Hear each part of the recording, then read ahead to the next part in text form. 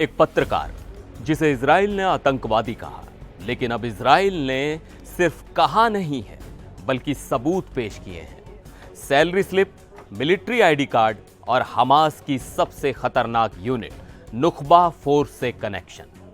आपको अल जजीरा के पत्रकार अनस अल शरीफ की कहानी याद है, जिनकी मौत के बाद उनका आखिरी मैसेज वायरल हुआ था और दुनिया भर में इजराइल की आलोचना हो रही थी। लेकिन अब इस कहानी में एक ऐसा धमाकेदार मोड़ आया है जिसने पूरी दुनिया को हिला कर रख दिया है। इजरायली सेना ने कुछ ऐसे दस्तावेज जारी किए हैं जो अगर सच हैं तो ये पत्रकारिता के इतिहास के सबसे बड़े धोखों में से एक हो सकता है। तो चलिए आज खोलते हैं इजराइल की वो सीक्रेट फाइल्स और देखते हैं कि अनस अल शरीफ की कहानी का असली सच क्या है।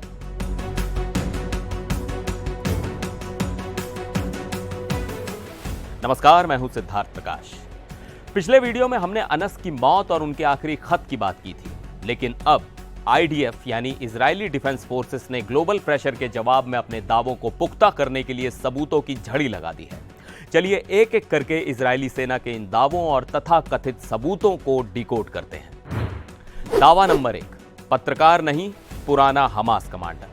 आईडीएफ द्वारा जारी डॉक्यूमेंट्स के मुताबिक अनस ने 3 दिसंबर 2013 को हमास की मिलिट्री विंग ज्वाइन की थी। वो कोई छोटा मोटा मेंबर नहीं था, बल्कि 2019 में उसे उत्तरी गाजा में एक रॉकेट लॉन्च करने वाली टीम का कमांडर बना दिया गया था। आईडीएफ ने उसका मिलिट्री आईडी नंबर भी जारी किया है, 305342। लेकिन कहानी यहीं खत्म नहीं होती। आईडीएफ एक और ऐसा दावा करती है जो इस मामले को बहुत पर्सनल बना देता है। दावा नंबर 2, आतंकी ट्रेनिंग में हुआ था घायल। आईडीएफ के डॉक्यूमेंट्स ये भी दावा करते हैं कि 7 अप्रैल 2017 को हमास की एक ट्रेनिंग के दौरान अनस की एक आंख में चोट लगी थी और उसकी सुनने की शक्ति भी चली गई थी। आईडीएफ का इशारा साफ है, ये चोट पत्रकारिता करते हुए नहीं बल्कि एक आतंकी ट्रेनिंग के दौरान लगी थी। अब आप सोच रहे होंगे कि अगर वो घायल हो गया था तो फिर क्या हुआ, और यहां से जुड़ता है आईडीएफ का तीसरा और सबसे सनसनीखेज दावा।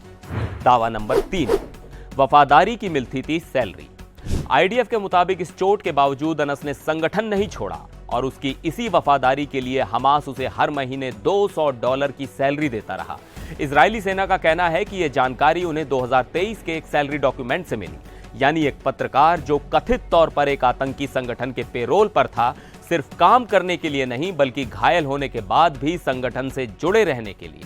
और अब सबसे चौंकाने वाला दावा, दावा नंबर 4, सबसे खतरनाक नुखबा फोर्स से कनेक्शन। आईडीएफ को एक और डॉक्यूमेंट मिला है जिसमें अनस अल शरीफ का नाम हमास की सबसे एलीट और खतरनाक यूनिट नुखबा फोर्स की इंटरनल फोन डायरेक्टरी में दर्ज है, और सिर्फ नाम नहीं बल्कि एक कोड नेम के साथ। आपको बता दूं कि यह वही नुखबा फोर्स है जिसने 7 अक्टूबर 2023 को इजराइल पर हुए हमलों की अगुवाई की थी। आईडीएफ का कहना है कि यह तो बस कुछ डीक्लासिफाइड जानकारी है जो उन्हें गाजा में 2 अलग अलग जगहों पर ग्राउंड ऑपरेशन के दौरान मिली। उनके पास इससे भी ज्यादा खुफिया जानकारी है। अब सवाल उठता है कि क्या ये सबूत काफी हैं? क्या दुनिया इन पर यकीन कर रही है? जवाब है नहीं, अभी नहीं। इन दावों के सामने आते ही यूरोपियन यूनियन और यूनाइटेड नेशंस का भी बयान आ गया।